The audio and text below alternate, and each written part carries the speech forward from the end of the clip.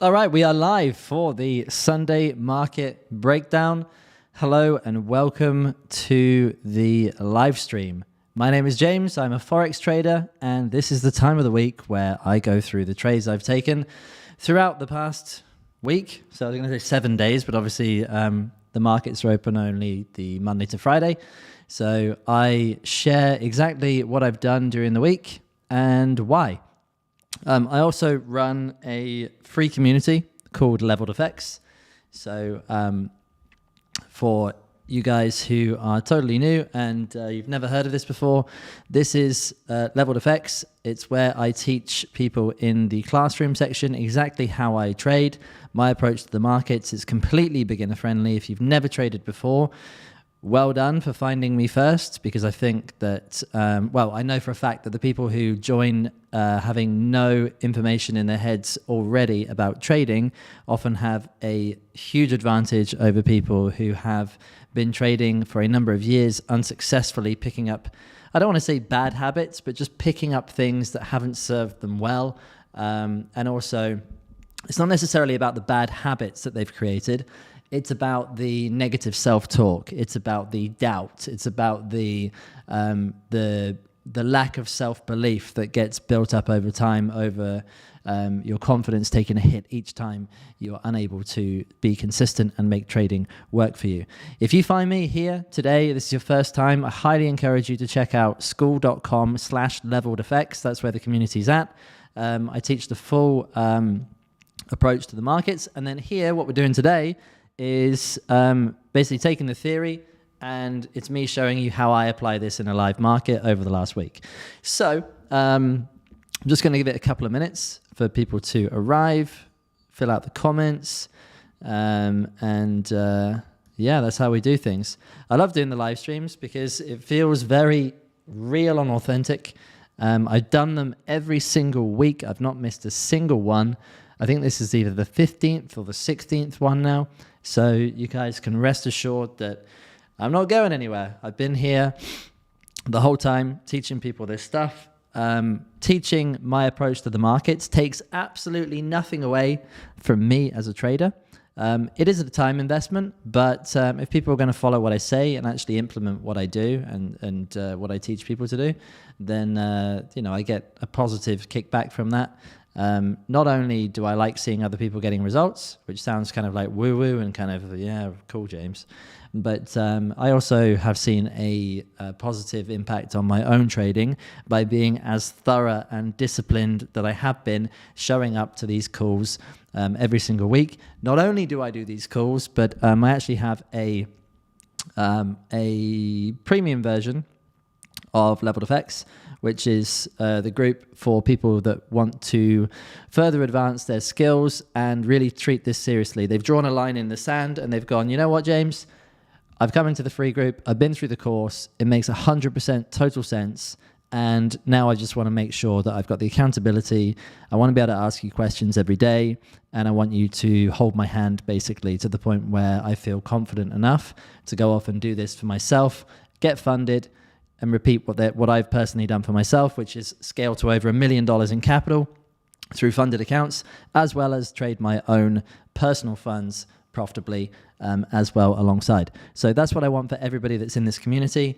The choice is yours. I recommend signing up for the free community. If anything, you have everything that you need in there. I just can't spend all my time there helping people for obvious reasons. I don't need to.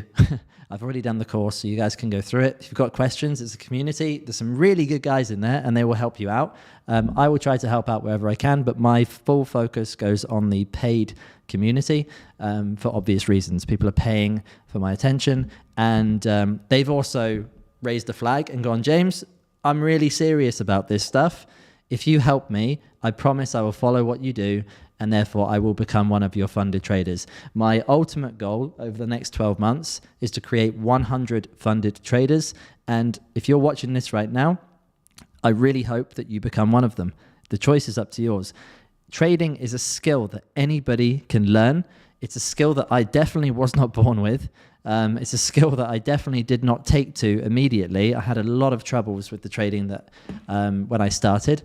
And so that's why I think that I make a pretty good coach, mentor, educator, whatever you want to call me, for anybody that's following along with my stuff, because every problem in trading, I had it. Therefore, if I could fix each problem, then I'm 100% confident that you can too. How long it takes you is entirely up to you, and how quickly you want to get out of your own way. In trading, it is not about the strategy. The strategy is not your edge.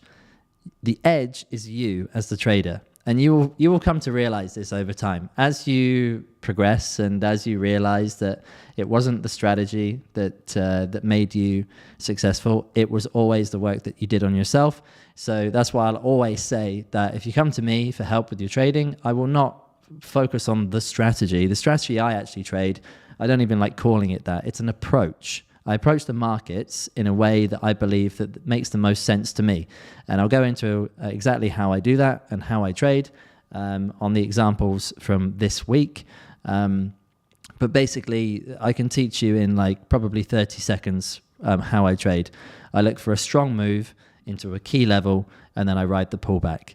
There are some nuances to it, like market conditions, understanding what kind of conditions we're trading. There are other things that you can bring in to improve your edge, like understanding currency correlation, which basically just means like which pairs move together. How do we identify if we've got a strong dollar? How do we identify if we've got a weak dollar?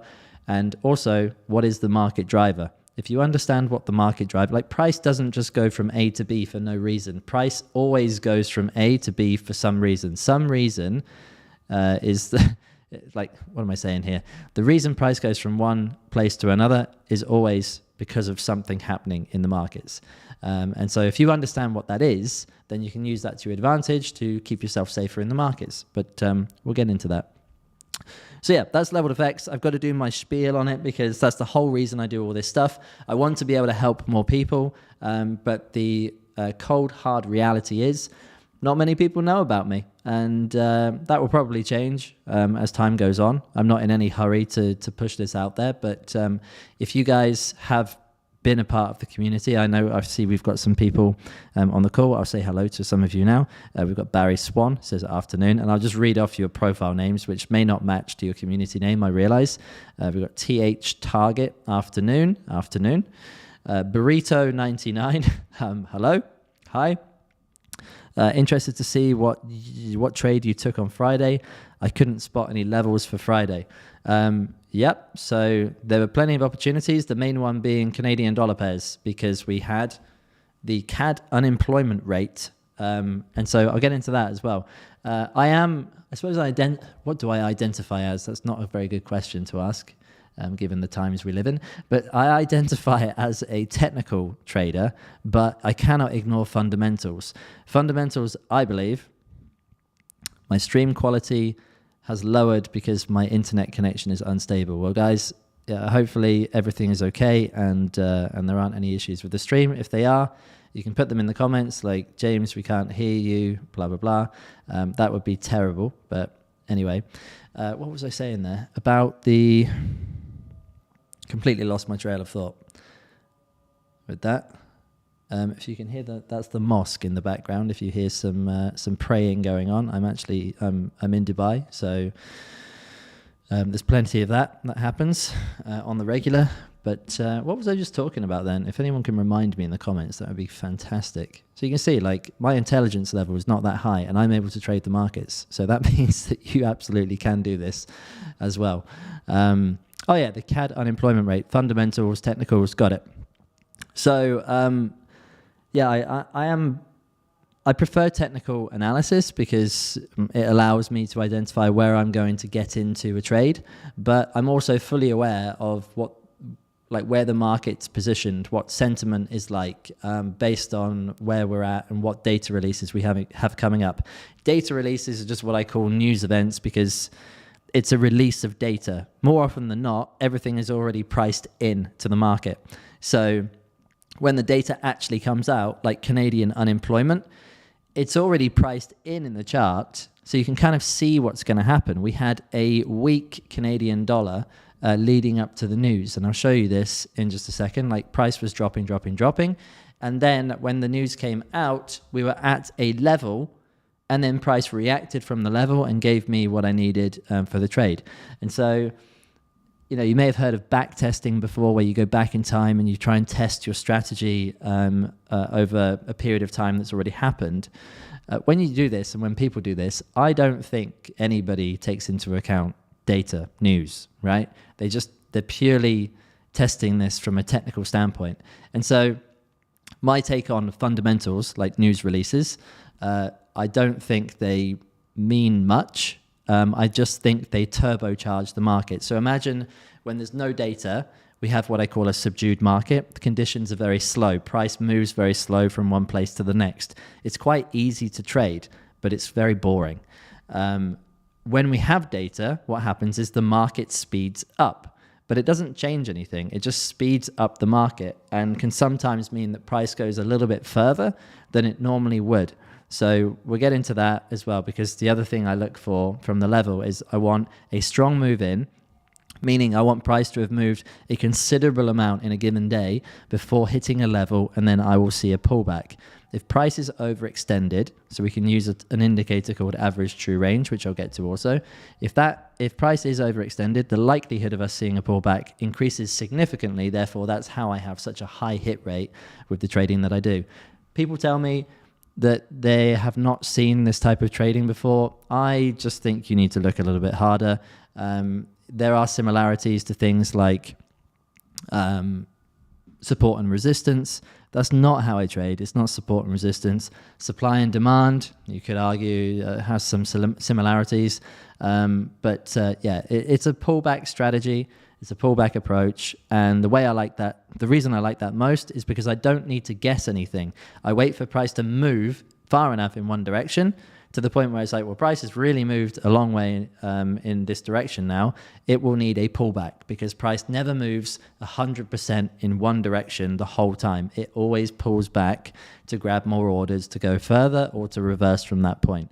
And we'll get into exactly that in what I've been doing this week. So welcome everybody in the comments. Who else have we got? Awesome to see you guys showing up. It makes this a lot more enjoyable and fun for me. It's why I keep doing it, especially seeing the old faces and new faces. The new faces are great because it shows me that we are growing and that people are hearing about me, which is fantastic because then I get to help more people. DP, hi from Dave. Hey Dave, how are we doing? Chanad, good to see you, man. So we've got people from all over.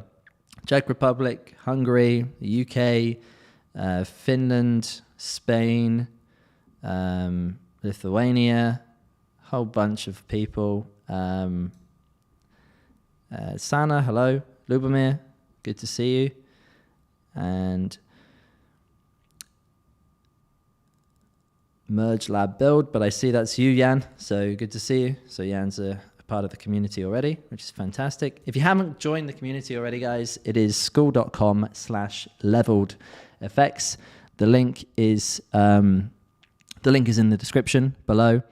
Sign up. It's 100% free. I've got nothing to sell you other than what I've already told you about, which is access to me, which is my time, which is always going to be a finite source. Therefore, I have to charge for it just to justify it to the people around me who love me and want to spend time with me. So if you want to spend time with me, you got to pay, guys, because you got nothing else to give me. So anyway, that's it. That's my pitch.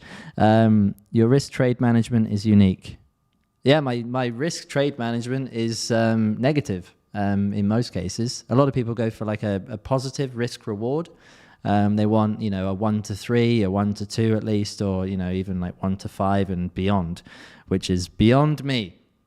It just invites more. The thing is, when you want your trade to go much further than it's plausible for it to go, you invite yourself into far more losing trades into your trade history. And there's just no reason for it. If you understand the markets or the conditions that you're trading, you can identify whether this is a trade where it's just a quick in and out, or if this is a trade where you're like, no, this is a really strong daily, weekly level, then we should see a bit more in terms of pullback from this trade.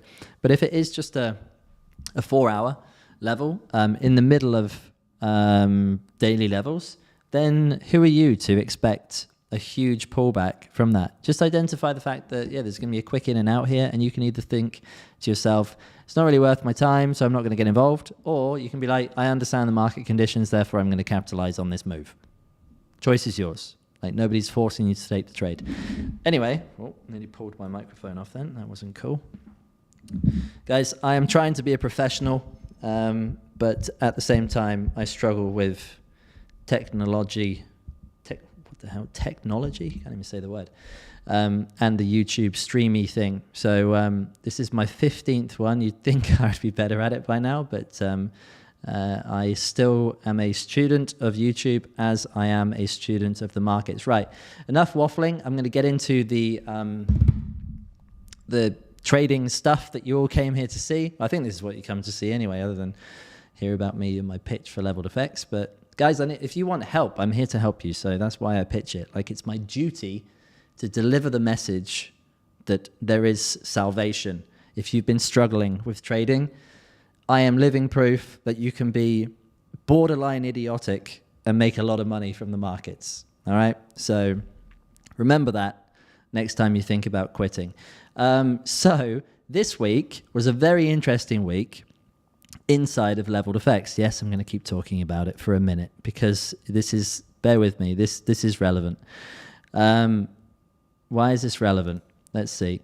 So inside the community this week, so I've just filtered the posts from this week to journal week. So what I did this week is, actually, let's bring it back a step.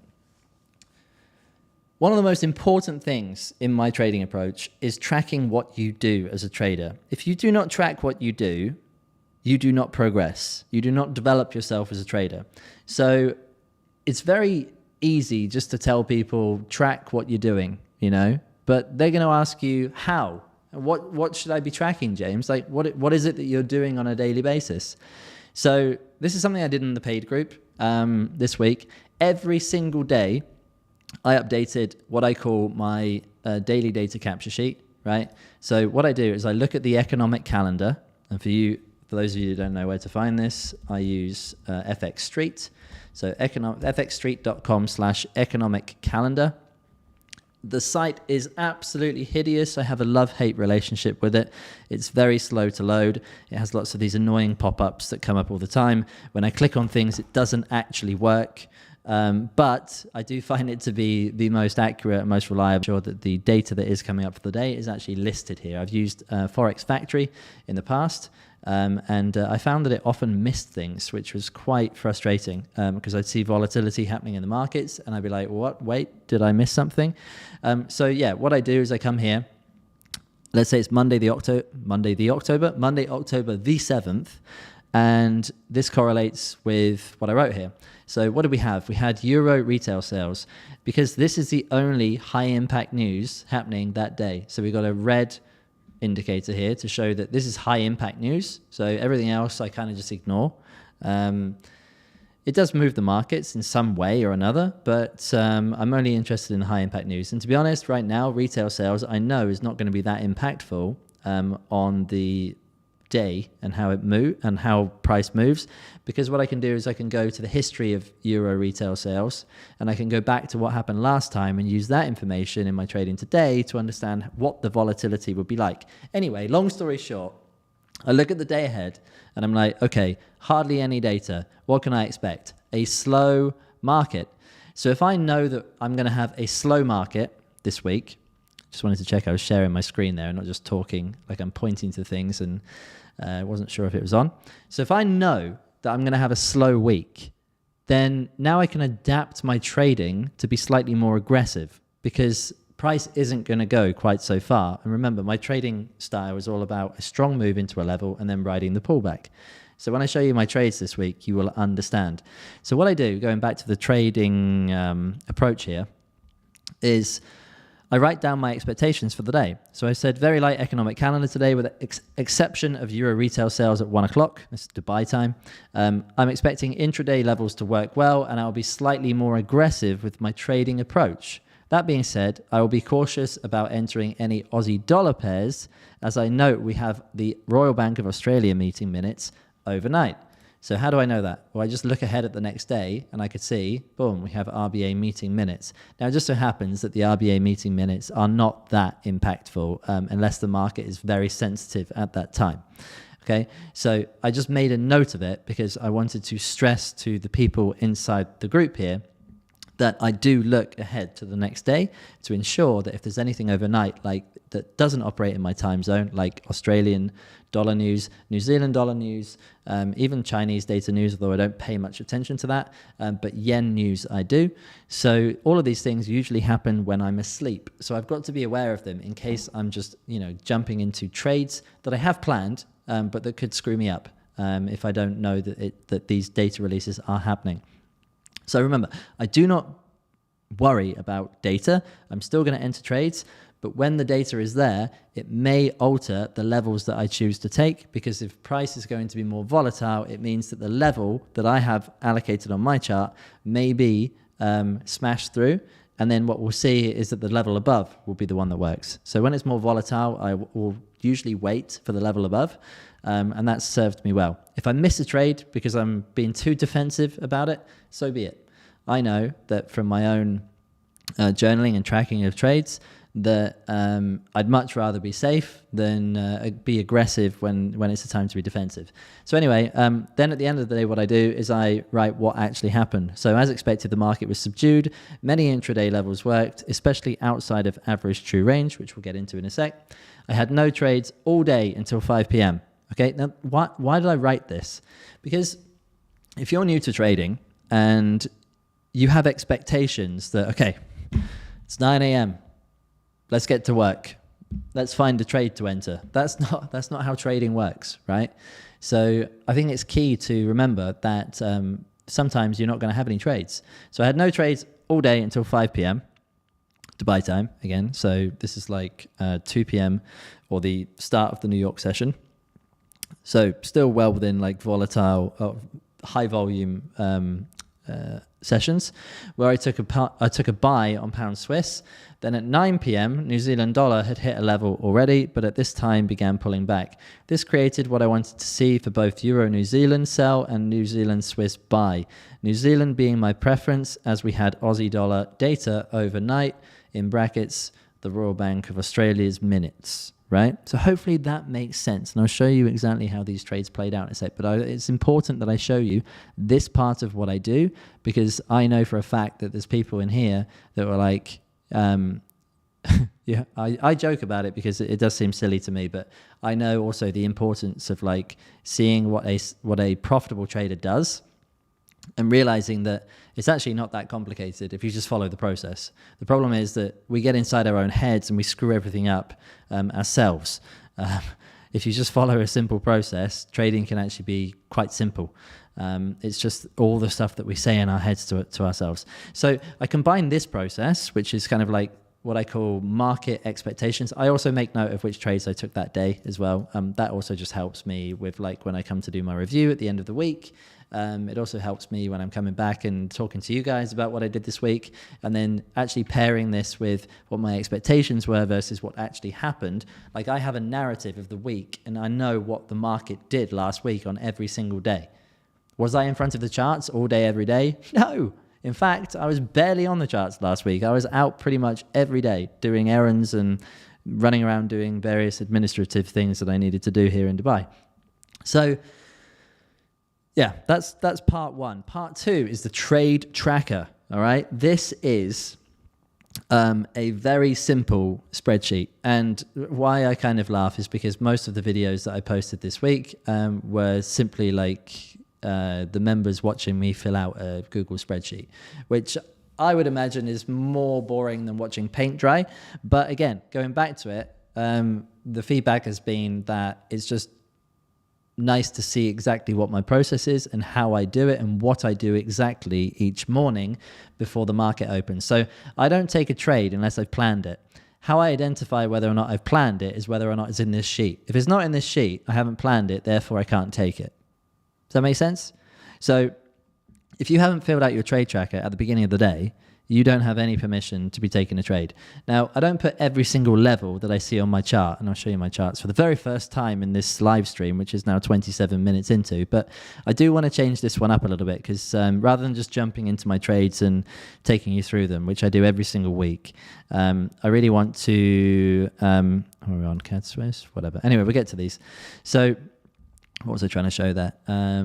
So if I don't think a trade will set up in a given day, then I'm not going to add it to my trade tracker. I'm planning my trades for the day ahead, right? So if it happens that we get somewhere on the chart that's like way, way, way off and like price just overextended and the market just ran, like something massive happened that day, if it's not in my trade tracker, I can't take the trade. I can just watch it, all right? And that will keep you safe. It will keep you unemotional. Well, not unemotional.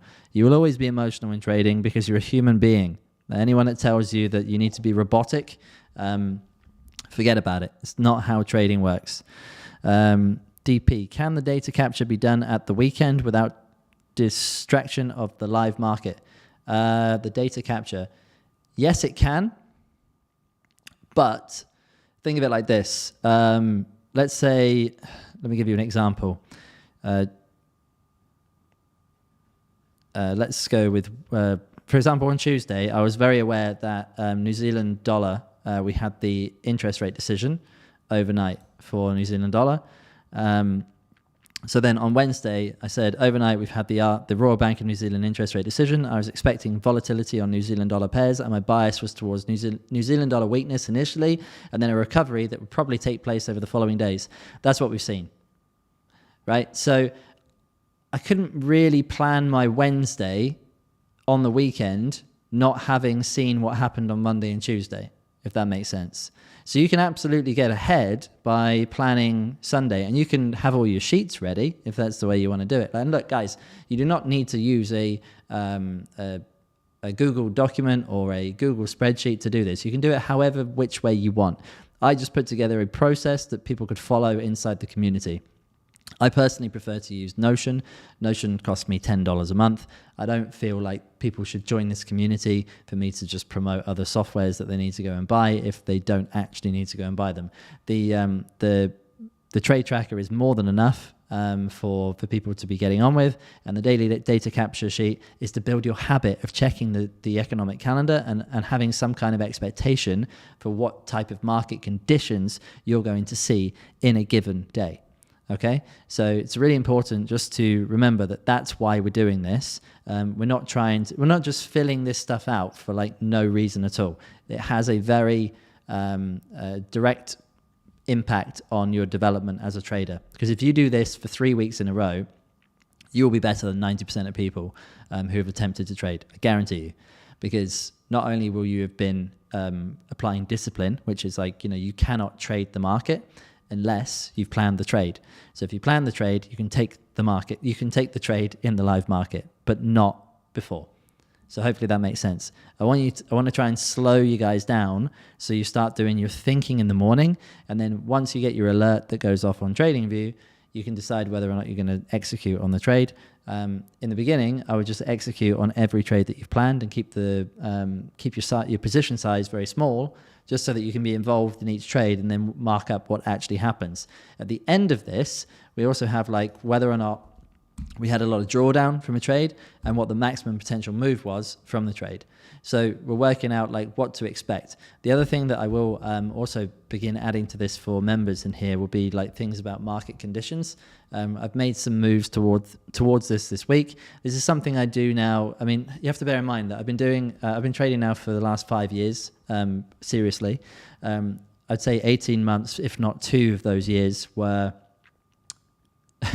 very difficult, and I didn't make much progress. The first year I lost money.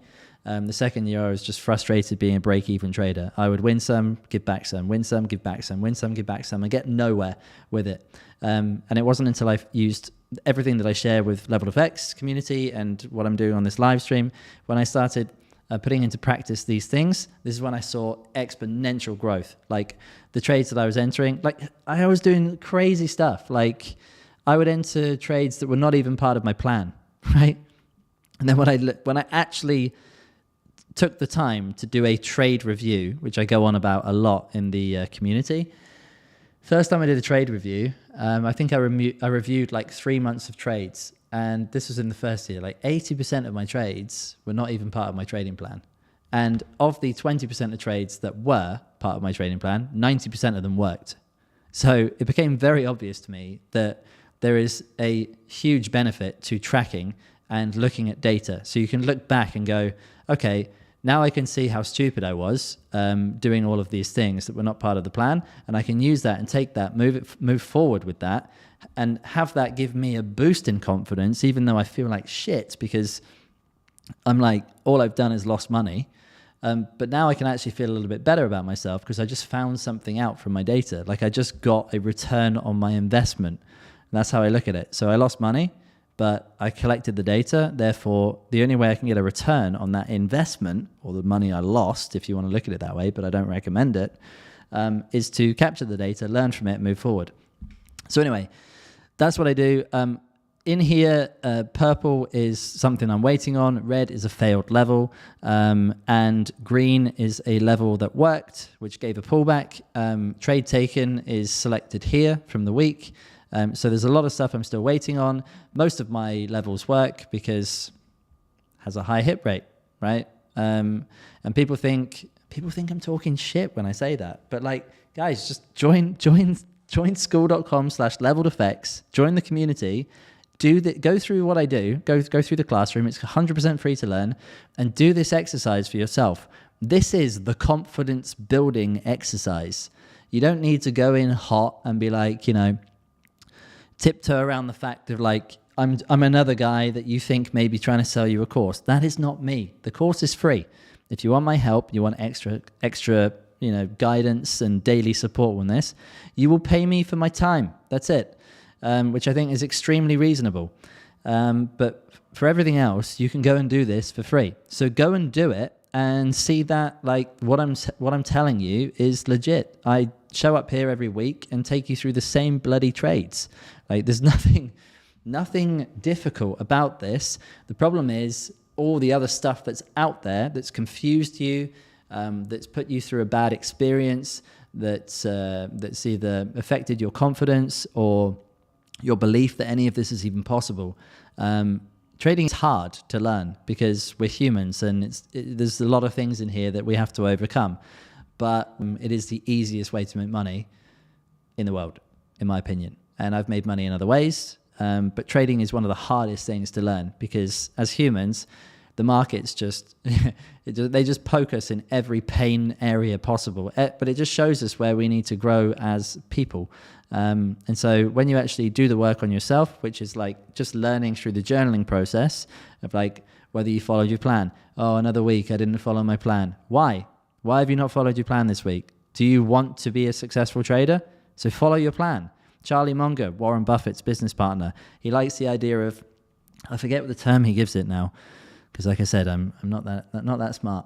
But there's a term for it. But what he does is he likes to reverse engineer everything. So he thinks of the negative, thinks of things in the negative. For example, what would I do today if I really wanted to screw up my trading?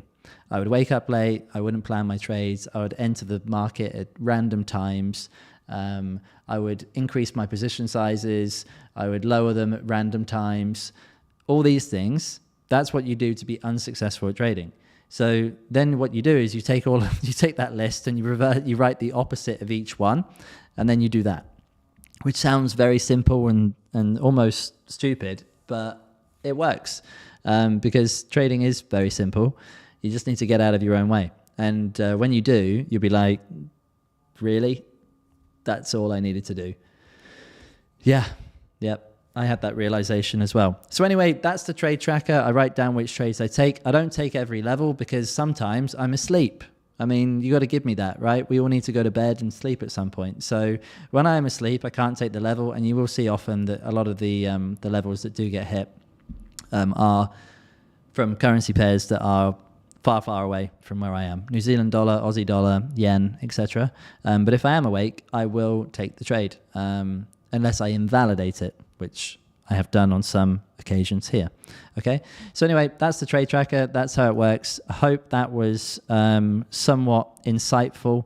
Again, like I've done a video for every single day of this week, although it's a bit of a random order, I guess, because I need to put this in recent activity or newest post. Let's do that. So then it should make more sense. There you go. Monday, daily data capture sheet. Monday, trade tracker. Tuesday, DDC. Tuesday, trade tracker. Wednesday, DDC. Wednesday, trade tracker. You get the point. All the way through the week, there's hours of content there of me going through and filling out spreadsheets. So if you've ever wanted to watch somebody fill out spreadsheets, I've got it all right here for you. It's right there. You just have to pay me a monthly subscription to access it. But no, it is good information for those of you who want to see exactly what I do each day to plan my trades and execute in the markets.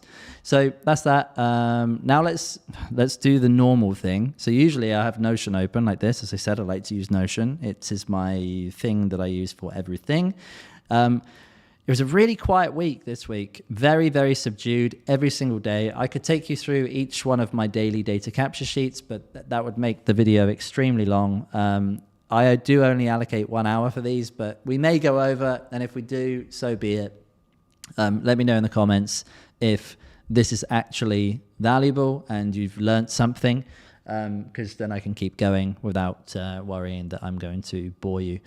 But yeah, so 9 trades this week. 1, 2, 3, 4, 5, 6, 7, 8, 9. Yeah, and I often find that this is the case when we have subdued weeks. Why? Because I'm more aggressive with my trading. Understanding market conditions is key here. Let's jump to the charts and I'll show you some of the stuff. So this week, for journaling week, one of the other things I did is I separated my charts into 2 categories. One, you see, is my normal charts. These are my main charts because I do take typically I take daily and weekly levels. Like that's how I like to trade. Sometimes I refine the daily or weekly level to the 4-hour level, which is just a case of let's say we have a long wick. I don't know how long this wick is, but I just note that we have a wick here. Yeah, we've got an 84 pip wick, right? So where I've got my weekly level, if I go to the weekly here, you'll see that is the weekly level. It's the candle body close before the gap down to the next candle. If that's confusing to you, it's outside of the scope of this live stream for me to go into that now. Again, I don't want to make this video super, super long. If you are confused by that, join Leveled Effects. You will be unconfused by that. So that's the weekly level, but we've got this long wick. So what I'll do is I'll drop down the time frame. So let's go down to the 4-hour.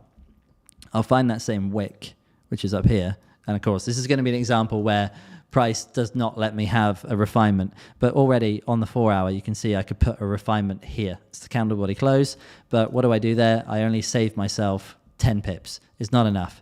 So at that point I'll have to go down to the next level, which will be the hourly, and there you can see that I can refine that wick to the hour, candle body close up there. So now if we go back up to the daily, you will see that I really messed that up. You will see that this is now a weekly level refined to the 4-hour. So hopefully that makes sense when I say that. And therefore I've saved myself potentially 45 pips of drawdown. At the same time, I could just enter at the weekly level if I'm comfortable with that, and I'd have to have a much bigger stop loss and just know that this may be like a level that I'm looking to hold for much longer. That's not how I trade. But yeah, I like to use the strong levels, but refine them so I get a better entry. So that's why I have that. So daily and weekly levels on this chart. This gives me an overview of let's say we have volatile market conditions. I really want to trade these charts because that's going to show me that we're coming up to strong areas. So for example, I'm not going to look to trade an area like in here when I know that we've got the daily or weekly level just above, and we've just passed through some kind of interaction here, right? Which I can't see on the chart with dollar CAD if we did interact there. I think we did, because I think there were some trades there from me. But again, it was on the lower time frame, the 4-hour, and the reason for that was because of market conditions. Market conditions were subdued. There was a very slow market in play. Therefore, I used that to my advantage. Now, this is slightly advanced stuff because what I teach in the Leveled Effects masterclass is more stuff about just taking the daily and weekly levels. There is less stuff in there about market conditions. However, you've got all these live streams where I'm showing you each week what I'm doing. Like, there's nothing I'm holding back. I'm literally, if you've got a question, I'll answer it. It's not like, oh, that's a question for my paid community. Like, it's not like that. I give 1 hour here to come and do this stuff. So if you've got a question, I can answer it. But yeah, market conditions are key. So this week, I was over here on the intraday, what I call my intraday charts, which is because the market conditions that we're experiencing are going to be slow. Now, one day that might change. We might have a very volatile day. Let's say it's like NFP week and we're expecting a lot of movement. Then I'll just have a quick look at my daily and weekly charts, because I want to be aware of where we're sitting, where price is sitting on when we're zoomed out. I don't want to get too involved in this, because you can start finding levels absolutely everywhere. And then if you start doing that, you're going to start getting very confused. You're going to start taking levels. Or what I've seen people doing this week is like taking a 4-hour level, but then like the move into the level is like, let's say 40 pips, and they've got a profit target of like 30 or 40 pips. So they're expecting price to retrace 100%. Of the move in. Like, that's not going to happen. So if you see that price has only moved into a level by 40 pips, what's the pullback likely to be? You might get 15 pips out of it. And so if you decide that 15 pips isn't enough for you to get involved, don't get involved. Simple as that. You don't need to be involved in those trades. I do get involved in them when I feel it's right. When the market conditions present themselves as subdued, I can do that. Quick in and out, it's money. Like, if I'm on the charts, I'll do it. But yeah, all of these things you've got to weigh up. Like, are you going to be on the charts? Or you do have a busy day? Is there other things you've got to plan? Maybe it's a family event. Maybe it's, I don't know. But like, all of these things you have to factor in and have no judgment on yourself for how you're going to play it. You know, like if people say to me like, oh, I had busy work commitments that day where I absolutely couldn't check my phone at any point. Therefore, I decided in the morning that I wouldn't trade today. Phenomenal. That is fantastic awareness to have of yourself and your day. Good job. Oh, but shouldn't I be trading every day because of my edge? Like, it's going to ruin my edge. If there's opportunities in the market, that it'd be the one that I missed that day. No, that is not how it works. All right. There are opportunities all of the time. You're going to have patience. So now that we've got 15 minutes left, in theory, I will now go through my trades. So pound Swiss long on the Monday. This will just very quickly explain my method for trading. My internet connection does seem to be going fast and then slow. Hopefully you guys can hear me. I'm just going to check in with you once before I carry on. Yes. I guess that was in answer to my question. You're doing great, James. Thank you for the vote of confidence, Jan. Appreciate it. You're like my best cheerleader today. Thank you. Genuinely, though. I'm not being sarcastic. Thank you. Don trades gold. Hi, James. Hello, Don. Good to see you.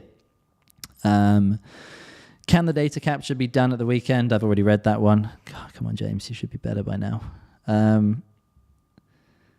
Good stuff. Question about the level column in the course. You explained daily and consolidation, but I'm a bit lost on what intraday is. All right, so we'll get to intraday in a second.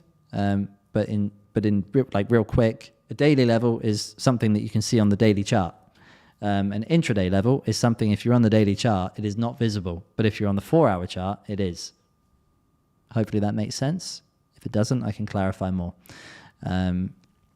But yeah, so let's get into it, because my goodness, the waffle is just, that's British for talking a lot, in case you're wondering.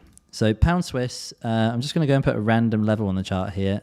Guys, each week I try and leave like all my trades that I've taken on my charts, but to be honest with you, it is quite annoying because I like to update my charts and then move off from them. So then I put them back on my charts so you can see at the end. So what I've done there is I've taken the level, which you will see in my trade tracker. If we do a find and search or something. No, what am I doing here? Why can't I find that? Why is that not working for me? I don't know. Anyway. I'm sure it's on here. Pound Swiss. Maybe I didn't have, maybe it was, it was this one. 11561. 11561. 11590. Whatever. I don't know why I've put it in. Why have I put it in as that? Anyway, it doesn't really matter. The point is, this is the level that we're talking about. Zoom out to the daily. It's not really a daily level. I mean, this price action is horrendous, actually. But on the lower time frames, so down to the 4 hour, what did we have? So we had a strong move in. Boom, there it was. And so then we got a pullback, okay? So what happened here? The move in was 115 pips. On a Swiss pair, that is like 10,000 pips on a normal pair, okay? No, but seriously, it's quite a significant move, and you can see pound Swiss has been moving this way for quite some time. So like I said, I did not get this trade set up until about 5 o'clock my time, after having no trades all day. I took this because if we replay price, it might be a bit easier to see. Come on, please let me do this. Yeah, good. So replay, good. Here we are. I'll drop down the time frame so it's even more clear. So picture this. It's a Monday morning. Price is up here. All right. And I'm thinking, wow, you know what? Look at what price has been doing. If price gets down here today, which is a 4 hour level, you can't see right now because I'm on the 1 hour, but that would be the 1 hour refinement. Here's the 4 hour refinement. So what's going to happen here is I'm going to say to myself, if price moves up here today, I might look at taking a trade from up on this level, right? But if price gets down here today, I might take a trade from this level. The reason I'm looking at that is because we are trending down. So I will factor that in. You don't need to know that in order to take a level. You just pick a level that's higher and pick a level that's lower, okay? And if you get a strong move into it and price happens to be overextended, how do we know it's overextended? This guy. This is average true range. We can turn him on and turn him off, right? And you can see where it places and plots that line on the chart. Average true range. It's the range in which is expected prices to move. Well, actually, let's say what it actually is. It's the it's the average true range that price has moved in the last 20 days. So if price gets there today, we know that it's not that likely that it would continue past that level because it doesn't tend to move that far on average. So if we combine that with a strong level that's at that area, we can use that to predict when we're going to see a pullback, okay? So for me, I've got this wick just here for the first area of potential struggle. Now, I get a ton of questions about the first area of potential struggle. This is how I define my first profit area, okay? Now, I know we've got people on the call that want me to answer this question over and over again. I have done already on many live streams, but I would do it again because repetition is the key. And also, I want you guys to be able to get this. And I know that it's perhaps because there is some discretion involved, it's not always black and white. But in this case, I would try to find here on pound Swiss. Look at that. Boom. So typically, how I will find the first area of potential struggle, my target on this had to be to do with this wick over here. The Swiss pairs are a little bit different. And again, this is where some confusion will probably arise because I don't always treat the first area of potential struggle the same on every pair. The Swiss pairs move slower and they don't always consolidate the way you'd expect them to moving into a level. I'll drop down the time frame and just see if we can find any clues here. Okay, good. Thank God this is a good example because I'd look really stupid otherwise. So on the higher time frame, following along. Guys, are you following along? Does this make sense? Give me a yes. Give me a thumbs up on the video. That's what YouTubers say. Let's hack the algorithm, guys. Thumbs up, and I'll continue explaining this. I just want to make sure that this is making sense. So the first area of potential struggle here, I've identified on the higher time frame as this wick. Why? Because clearly there's some data in that has allowed price to move off it in a big way in the past. Now, that's about as far as my analysis goes. You want more from me? That's all I got. Like, there's not some special thing that I know about the market here. I'm just seeing a wick there and knowing that when price comes into that, it's probably going to slow down and there will be some reaction. There might not be, but I'm playing it safe because I want to take my profits. I do not want to be sitting in the trade and watching price come all the way back to my level after seeing that I was right. Look, I couldn't be more right about this level. Yeah. What's the drawdown? Half a pip. Boom. Price hit the level and reacted exactly as I wanted. And this is an hourly candle. I can't remember if it was faster than 1 hour, but anyway, you see that price did exactly what I wanted and got to this level, which means I've cashed most of my profits already. Congratulations. You're in and out of a trade and you have almost no risk left on the table. And it was a very safe trade to do. We had a strong move in and therefore we got our pullback. Now, forgetting this wick, okay? Forgetting the wick. The first area of potential struggle is the area in which price last consolidated before moving in to the level that you took the trade. I'll say that again. The first area of potential struggle is the last area in which price consolidated before moving into the level that you're going to take the trade from. Now, in this case, we could argue that there was one kind of here, right? But that was because of this. So we have to anticipate that. That's not what I'm looking at. And this is where discretion is advised, right? And this is where people can maybe get confused. But the real one that I'm looking at here is price moved in like this, pretty much in a straight line. We have this wick here. So price reacted off that wick and then sort of consolidated for a little bit, right? If we're drawing our chart pattern, then came down into the price that I was looking at. You could argue that this is a safe place here as well to take profits. It would have been 22 pips. Very, very reasonable. Very, very reasonable because that was also an area that was a consolidation area. If this was any other kind of pair, I probably would invalidate the trading level because we got very close to it here. But it's a Swiss pair. Now, does this mean you need to just take my word for it? Absolutely not. You need to track your own trades and come to your own conclusions about the different currency pairs that you are actually trading. You will find nuances between each of them. And so that's just something that I've seen. And so that's how I decide to take my trading decisions. I can't just tell you it because it will always just be my word. And you won't have the confidence to execute on it unless it's your idea. Hopefully that makes sense. Like if you want to develop as a trader and be confident, you need to come up with the idea yourself and then prove it with your data, which sounds like a massive cop-out on my part as somebody that's supposed to teach you how to do trading. But this is trading. Like this is how you trade.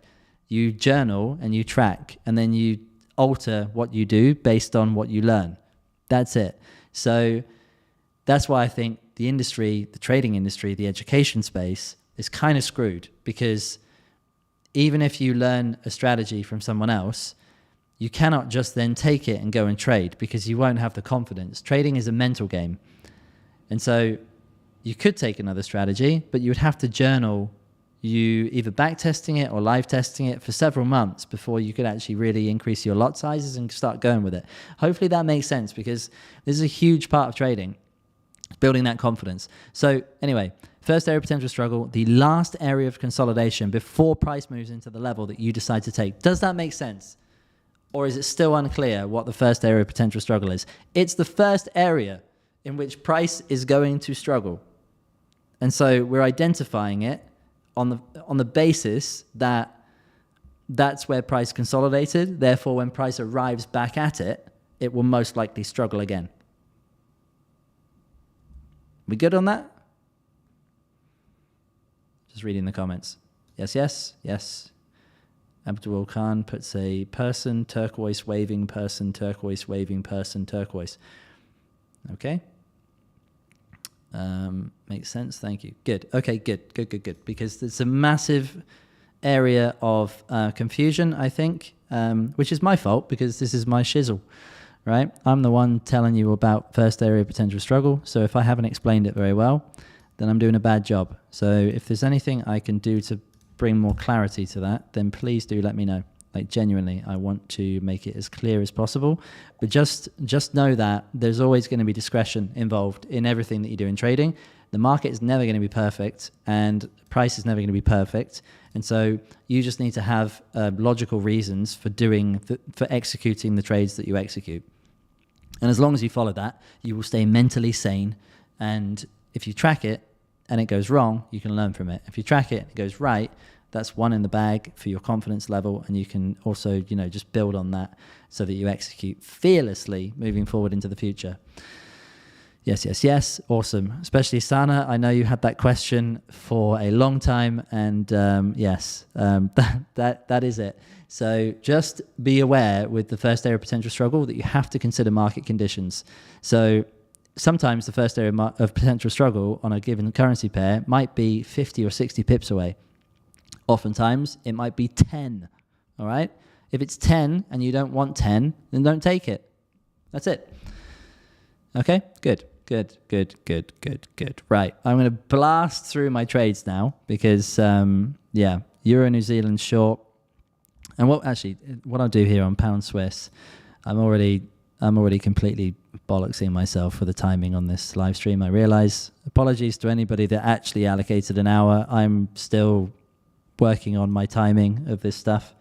So pound Swiss was a purely currency driven move on the Monday. We saw Swiss strength coming through, which is what pushed down the pound. What am I reading here? This is the Monday. Euro New Zealand. New Zealand dollar had hit a level, so I was using New Zealand dollar. If you look at last week's live stream as well, I think I mentioned one of the Euro New Zealand trades that I took was also based on New Zealand dollar hitting a level. Let's keep in replay mode. It might help me with the timings of everything. New Zealand dollar. Let's look at the Euro New Zealand trade anyway. So as you can see here, strong move into the level. Is this the right day? Hopefully it is. Yes, good stuff. Let's play that forward. Boom. There's the level tap. So you can see, guys, first area of potential struggle. We've got a consolidation level here, right? I can just about see that on the hourly. I'm going to drop down to the 15-minute where it becomes very visible. So that has to be our first area of potential struggle, all right? And I'll just play price forward. And there it is. Do you see how price moved off the top of the first area of potential struggle? That's just how it works. Sometimes price goes further and sometimes it doesn't. And that's why we take profits at the first area of potential struggle. So if you were in that trade, that is where your first area of potential struggle has to be. If it's anywhere else, shame on you for not taking profits at the first area of potential struggle, because price will come back on you and you will feel like an idiot. All right? And that's what it did. So that was the Euro New Zealand trade. Strong level. It was a 4-hour. And the reason I can have the confidence of taking these levels that are, if we zoom out, it's not actually a very strong level in the grand scheme of things. If we zoom out here, we can see that we are coming up to a consolidation here, where we made a pullback, went sideways, and then went down again.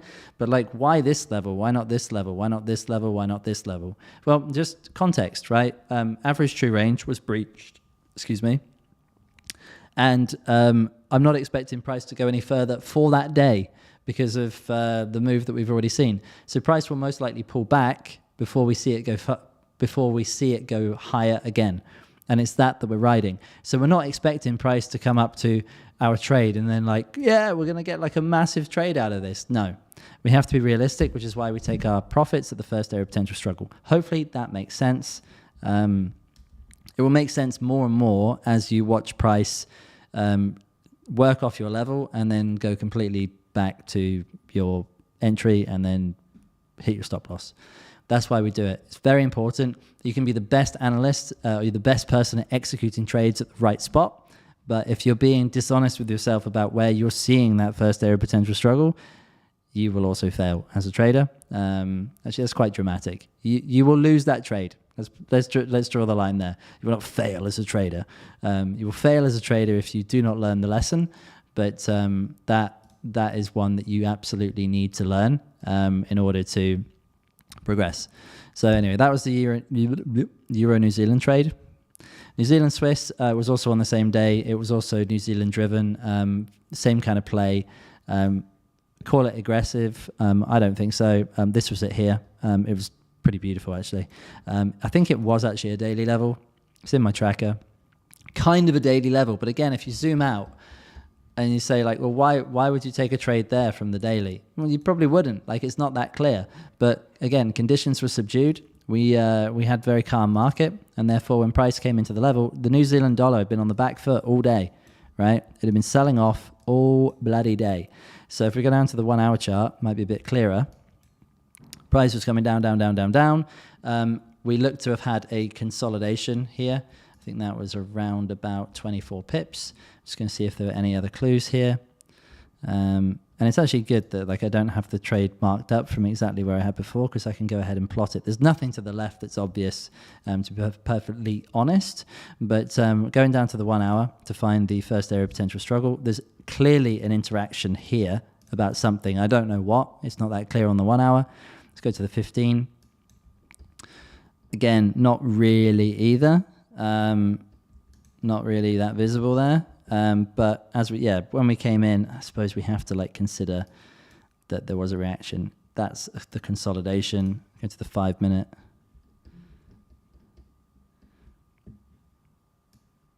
We even had that. So you could argue that it was just that, right? 10 pips. I didn't take 10 pips off that. I think I was using New Zealand dollar as the driver. I'll have to double check exactly what I took off that one. Or if it was related to something that happened over here. Let me just change the color of that. Not that level. It could also be that. This is another thing that I do as well. Like check if you've got stuff to the left of price. Like see if price is likely to come up to that and react off it. So I need to double check exactly what I took off this trade. What I took off this trade is not really that important to you guys though. Like identifying the first area of potential struggle is, and to me, like on the higher time frame, the 1 hour, I can see that we've got that interaction there from this. It's almost like a volatility wick. I know that I took probably around 20 plus pips from this. That's also a level here where we would have used the candle body close. 15 minute, let's see. Yeah, so something like that, which would have grabbed 17 pips. Nothing crazy, but again, you're playing to the market conditions. Oh, I'm not going to take a 17 pip trade. I'm a gold trader. I usually grab 5,000 pips from a trade. That's great, but your stop loss is also going to be 5,000 pips because gold is volatile. Like if you're trading the Swiss pairs, you will know over time that you don't need 100 pip stop loss on the Swiss pairs because they barely move. But when they do, they still react from the same levels, and you can still like. That was probably like an $800 or $900 trade for me on my $100,000 account. Okay. And so that could be comparable to a trade I take on Euro New Zealand or on Aussie dollar or anything else because of how I'm playing the risk on this. The risk and how I play it is based on the trades that I've tracked in my tracker over time. I know what to expect for my average drawdown. And look, from the level, what was the drawdown? 3 pips. So what, you think I'm going to put a 50 pip stop loss on New Zealand Swiss on my funded account and then risk 1%, 50 pips, so that when I do 18, it's like no profits. And if I get a stop loss, I mean, my God, I'm going to lose 1% and it's 50 pips. That's not how I trade. Hopefully that makes sense. Right, let's keep the energy high. Let's keep going. Guys, let me know if it's beneficial, or you find that it helps seeing the trades that I've taken this week, from the point of like implementing levels and identifying profit targets, because I think it's helpful, but I could be wrong. Like you may find it like the first part of this where I waffle on about the theory of how I trade versus how I actually traded this week. The last trade on Monday was oil, but you're a currency trader, James. I know. But levels work in anything, so I actually like to trade anything that's on the that's happening in the market. So I've moved the level now because again I've updated my charts. But let's put the level on here anyway because I wanted to show you how it's worked. Extremely beneficial. Okay, good. I shall carry on. I shall fix the trading industry by fearlessly promoting levels. So let's go to the 4 hour. So guys, just to be clear, I've moved my 4 hour level to here now because price has now moved away.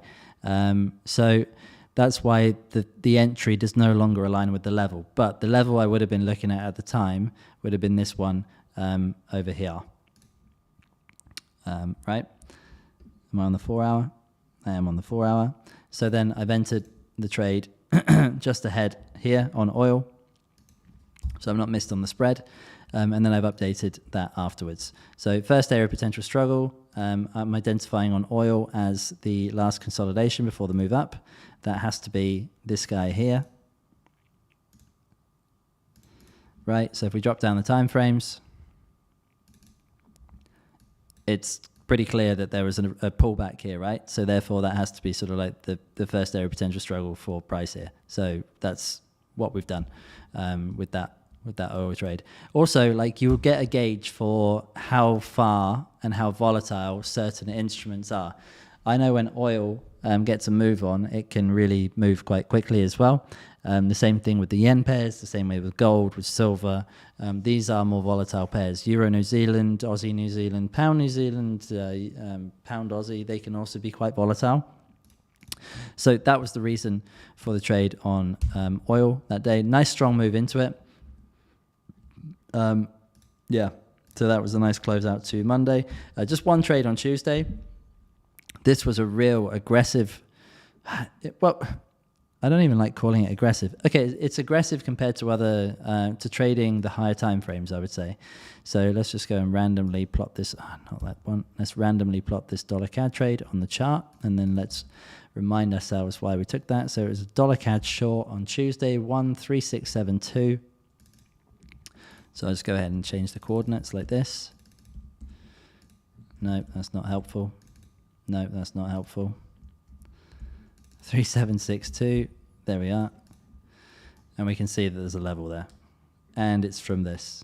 Good job, James. You left it on the chart. I'll try and keep leaving it on the chart because it does make my job a bit easier on the Sunday. But you have to remember, yesterday I do my full review of all my trades from the week. So I'm really creating a lot of mess on my charts and going backwards and forwards and checking certain things. And so, yeah, sometimes things can get a bit jumbled. What happened on Tuesday? Boom, there you are. Strong move into the level, and we got a pullback. That was the trade. See that wick over there? Nice wick, right? So we got to move away like this. 24 pips. Everybody sees that, right? Yeah. So let's put ATR on the chart. Oh my goodness, look at that. Average true range aligns with the level that James chose to aggressively sell on the Tuesday evening. Makes sense. That's how it works. The theory into practical, into execution. And the way to be able to execute fearlessly, plug that guy into your trade tracker in the morning, and then when price gets there, your alert goes off on trading view, and you can be like, wow, I'm going to get a trade set up here, and then you just take it. That's it. And if you're wrong, then you find out why afterwards. But at the time, you just execute like a mindless hooligan entering the markets because you've already planned it. You do your thinking in the morning and you do your executing. Remove brain and execute. That's how it's got to be. Hopefully you guys are good for time. I know I'm running over, but I'm good for now. Dollar CAD short. So another trade on dollar CAD on the Thursday. This was, I think, I'm just going to play price forward from here and you'll see what happens. Look, that's why we take first area of potential struggle. Okay, nuance here. As we came up close to the level that I had in mind originally, which was this one, you see I've invalidated it. We've got a little skull here. And the reason I've invalidated it is because the previous day, if we drop down to the 1 hour, we can see the previous day, we almost came up to it, but it didn't trigger. So because it didn't trigger and we got a pullback, I then invalidated the level. That make sense? So I'm not going to take the level that was from yesterday's plan when we almost got there, but we had the pullback. The pullback was done. I was wrong about the level. Deal with it. You just invalidate it and then just carry on trading as you normally would during the day. Remember, you don't need to chase that trade because you're like, damn it, it missed me by 5, or like in this case, it missed me by, I'm going to call it 3 or 4 pips, right? Damn it. I'm going to hold out for it now because it owes me something. It doesn't. The market just pulled back from wherever it did. A couple of things. Either there wasn't enough volume to get to the level that you had in mind. Remember, we're trading in extremely subdued market conditions, so you have to have that in mind. Or 2, you just put your level in the wrong damn place. That's it. And so when you do your review on how you perform this week, you have to go back and check what happened. And I have there's some trade that I took this week. It was on Friday. Aussie CAD missed me because my level refinement was a bit shit. So, yeah, I'll show you that in a minute. Just checking the comments here. Wise move. Thank you, Dave. That's exactly how we do it. Sure, go on, please. Lubomir. Good. All right. There's a bit of a delay with the comments, guys, so bear with me for getting back to you. Like I say something or I ask a question, and then about a minute or 2 later, like I start getting all the comments from you guys. Indeed, yes, going down to nitty-gritties help to understand how your mind goes through them. Cool. Glad it helps, Don. Yeah, so that's why I invalidated that level, and I'll do that all day long, every single day of the week when I see that happen, and there's no need to hang on to that trade. So anyway, the next level that I actually added to my tracker was the one up here. Why did I choose that one? It was the closest one to average true range, and I saw a strong move into the level, and this was the wick left behind, so I thought there was enough in it for me to get in and get out. It wasn't a big one. It was 17 pips that I took. I decided that I was fine with that. I don't need to go in with a massive stop loss. We had very subdued market conditions, and this is what ended up happening. So it was a very fast trade. You probably even missed it there, and price reverted. So let me just show you what happened. 15-minute chart. That was it there. So boom, price went in, and then or it would be like 15, then we tapped it. So it took about 45 minutes to play out, but hit the level, which was the last consolidation. You can see this really clearly, like area of potential struggle here on the 15-minute chart. And then we just continued on up. And then I think on the Friday, we had the CAD unemployment data. And so I use that in my trading to know that, okay, today, what I'm looking for some CAD opportunities because I know we're going to have some volatility. I know what time we're going to have it. And so I'm going to look around the market and say, where's price going to be overextended today? If we get there today, I'm taking a trade on the CAD pairs. Reasonable? Yes, because there's going to be volatility, so it's going to allow me to get in and get out on a Friday. I don't want to be holding the trade over the weekend, ideally, unless I've just got a running position, meaning that I've already cashed a high percentage of my profits, but I've left like 10 or 20% running, just in case price continues in my direction, okay? So that was the dollar CAD trade on Thursday. There was also euro dollar. And what I can do is I can refer back to Thursday's daily data capture sheet where I can see we had dollar CPI. So for I wrote down what happened last time. So I have some idea. Like, let's say I've never traded before and I got no idea what to expect from dollar CPI. I go back to the 11th of September. And I check because that's the last time this happened. And if you want to know how to do that, you can go to school.com/leveledfx and you can sign up there and learn all about how to do this stuff. But I wrote down my expectations for the day, and then I wrote down what actually happened. So dollar CPI came out at 4:30. We had month-on-month, year-on-year, and food and energy at the same time. There was also some Bank of England monetary policy report hearings, which did nothing, which is what I expected. But even if it's not what you expected, you can write it down, and then next time you will know because you've written it down and you've actually tracked this stuff. So now, you're bloody expert of the markets, probably better than most of the analysts at the banks, to be honest. You can use that in your trading. So I was waiting on a euro dollar trade on the Thursday or a pound dollar trade. And to be honest, I keep saying to be honest. I'm a very honest person. I try to be anyway. So to be honest, this was the euro dollar trade. I've left this one on my chart. Thank God. That helps me out a lot. So what happened with CPI is we saw some initial dollar strength pump through and then price went back to where it was. So what that meant for euro dollar was price came in, It tagged the level, which was a 4-hour level, and then just came up to where I had my first area of potential struggle, which was a little bit hard to define. I probably should have had it a little bit higher in hindsight, but I was happy with that. I wasn't on the charts at the time, so I was making money whilst running around and doing whatever I was doing. And that's often how trading is. The one to actually have, I know we got Jan on the call. I think he took this trade. So good on you, Jan. That was an excellent trade. I think you grabbed 40 pips on that, and it was like a 6-second trade or something. This was it here.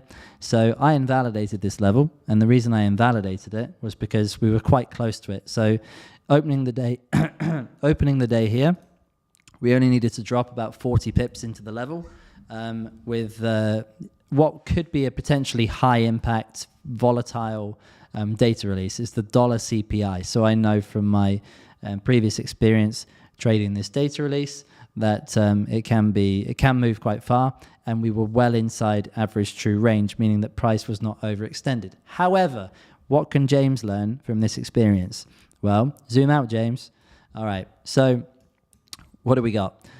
A daily level. This is quite clear, right? Quite clearly a daily level, and we have faded into it, which is really not what I want to see. But at the same time, it is a daily level. And below that, we've got nothing really significant enough to react from. So were we likely to see a reaction from this level?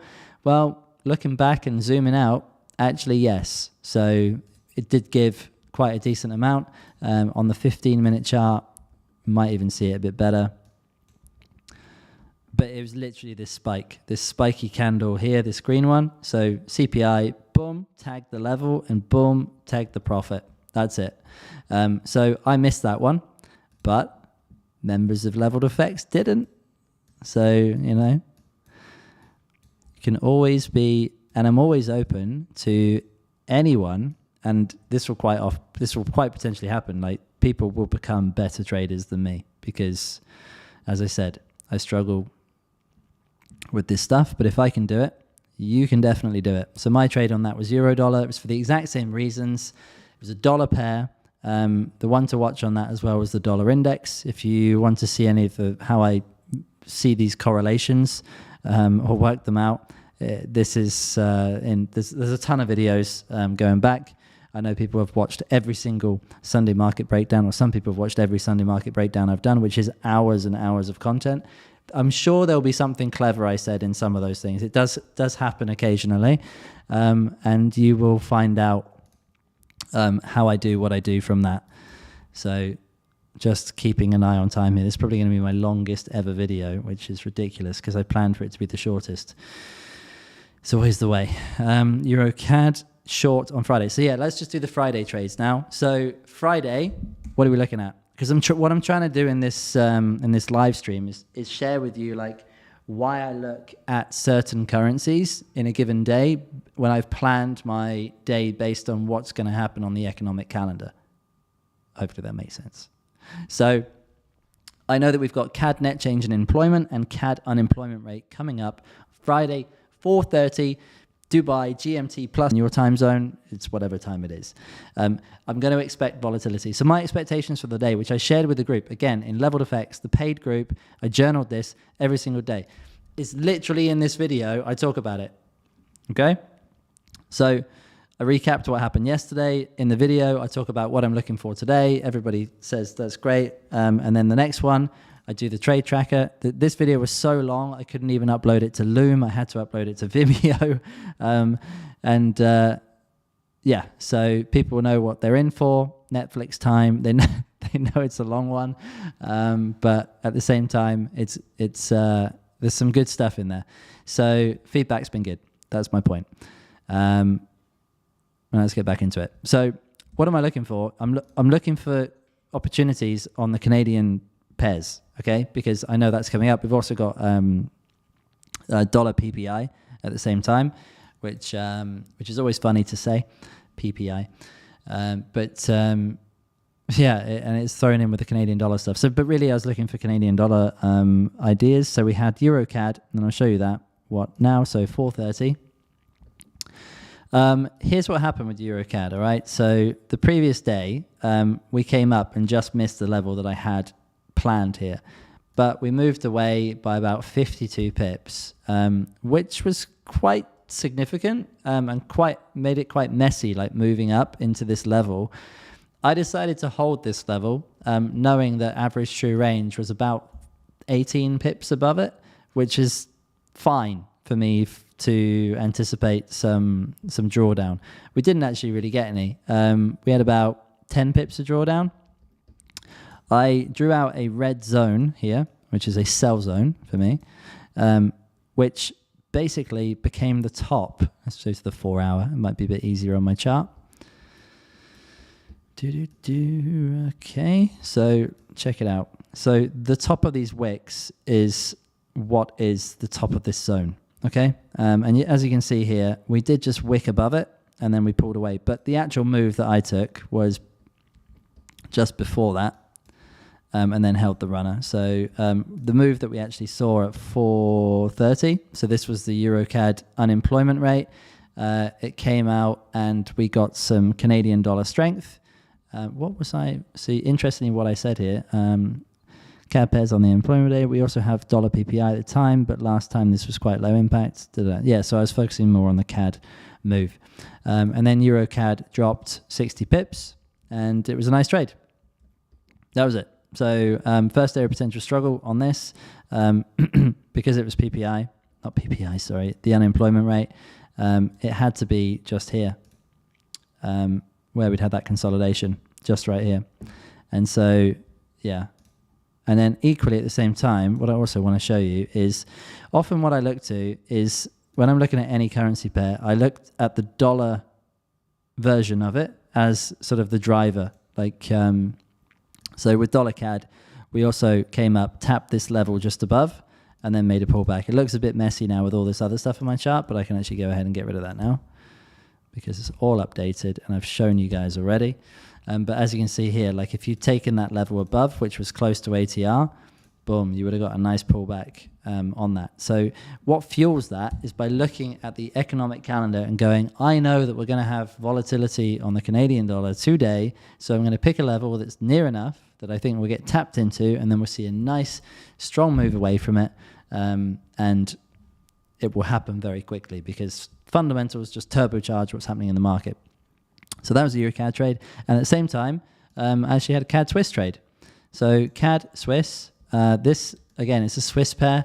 I used to almost never trade the Swiss pairs because they move so slowly. But now I see that from my data, interestingly, that I also don't need very big stop losses on the Swiss pairs. I'm almost right.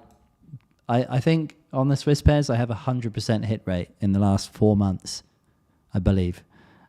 I can go back and check that. But when you know that, it gives you a lot of confidence in your ability to spot the level.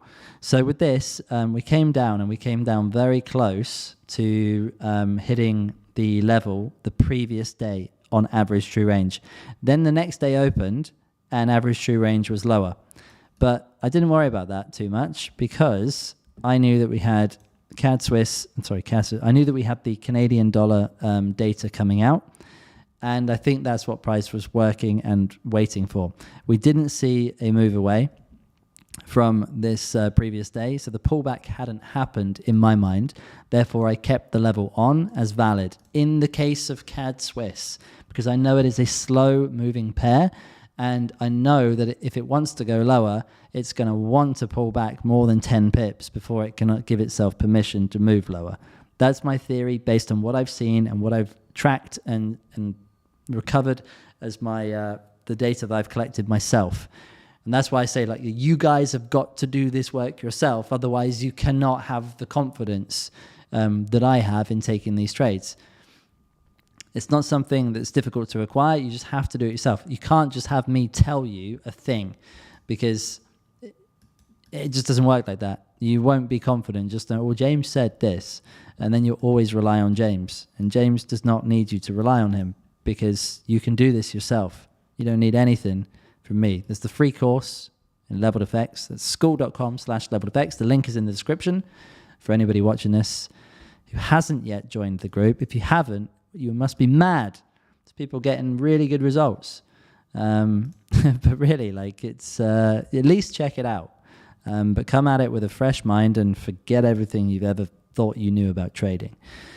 It's my dramatic introduction to it. But yeah, so that was the CAD Swiss trade. Makes sense. I mean, look at this. We had a strong move in. Also, it was a daily level. So strong level, ride the pullback. That's it. Thus concludes every trade I took this week in 90 minutes, with a lot of information also on journaling and my approach to the daily data capture sheet, my trade tracker, which gives me permission to do stuff in the markets that I otherwise would not have the permission to do. So trade tracker first, and then you've got the permission. Right, I'm going to answer some questions if you guys have any. So I'll give it a couple of minutes. Actually, I'll give it a minute for you to write anything out. And drop it in here, and I'll happily answer anything you have. Dave, you set the terms of the trade. If the market doesn't give you your deal, walk away, find another one, stay in control. Exactly. Be the anti-trader. It's I don't really want to have a trade in the day unless it's one I've been waiting for a really long time. And to be honest, I gotta say, I'm catching myself now. How many times, to be honest? I am being honest. I was waiting a long time for that CAD Swiss trade. I think from the beginning of the week, there are calls where I've actually said in them that I do really want this level, but I have to be aware of these wicks, is what I was saying. And it felt like I was waiting on this guy for a long, long time. But often, the trades you wait for the longest are the ones that work the best. I'm not sure what's behind that or how that works from a practical standpoint, but that's my theory. So the longer you wait, the more obvious the level becomes, the more traders watch it, and the more likely it has a chance of working. That's at least how I think of it anyway. Works for me. Guys, anything else? Any questions before I go ahead and wrap up this rather long live stream? Thank you all for joining in as well. I really do appreciate it. It's a Sunday night. I'm sure you've all got lots of things you could be doing. Those of you who have family or friends or stuff that you would otherwise be doing. I know that it's not always the best time to be doing this stuff, but I like to use the Saturdays for my reviewing and the Sundays for my planning. I do have a weekend. I've actually, I planned my week this morning for a couple of hours, and the rest of the day I've actually been at the pool. So it's not been which is good because it's been a really, really long week, and I really felt like I needed that recharge, which is something you guys can factor into your own trading as well. Having awareness of how you feel, whether you feel overworked or tired or less sharp, is really good to understand, because on those days, and you pull yourself away from the market, those are the days when you're going to not get involved in crappy trades because of how you feel or things that you miss. So it's really good to have that awareness. Mike, so for the first APS, find the consolidation just previous and put the APS in the middle of the consolidation, right? Or is it just before the consolidation? I always go for the top of the consolidation, because I find that sometimes it goes from the top, sometimes it goes from the candle body close that we would typically use for a trade entry. I'll show you what I mean by that. So actually CAD Swiss is a good example. So CAD Swiss, I will take the candle body close because it moves slowly, which means to me it usually gets to where it wants to go. So for this one, I've actually used the candle body close here to define my first area of potential struggle. There is a consolidation there, but it's very wicky, so that's why I took the close. What's one where I didn't? Euro New Zealand, that's where I took the top of the consolidation. Whoa, didn't mean to draw that. If I removed it from my chart already, I don't think I did. Ah, yeah, this one was perfect. So top of the consolidation was right here, right? So let's draw it on. Boom. And that's exactly where price reverted from. It did come back again, but it gapped in and then never returned, at least not yet.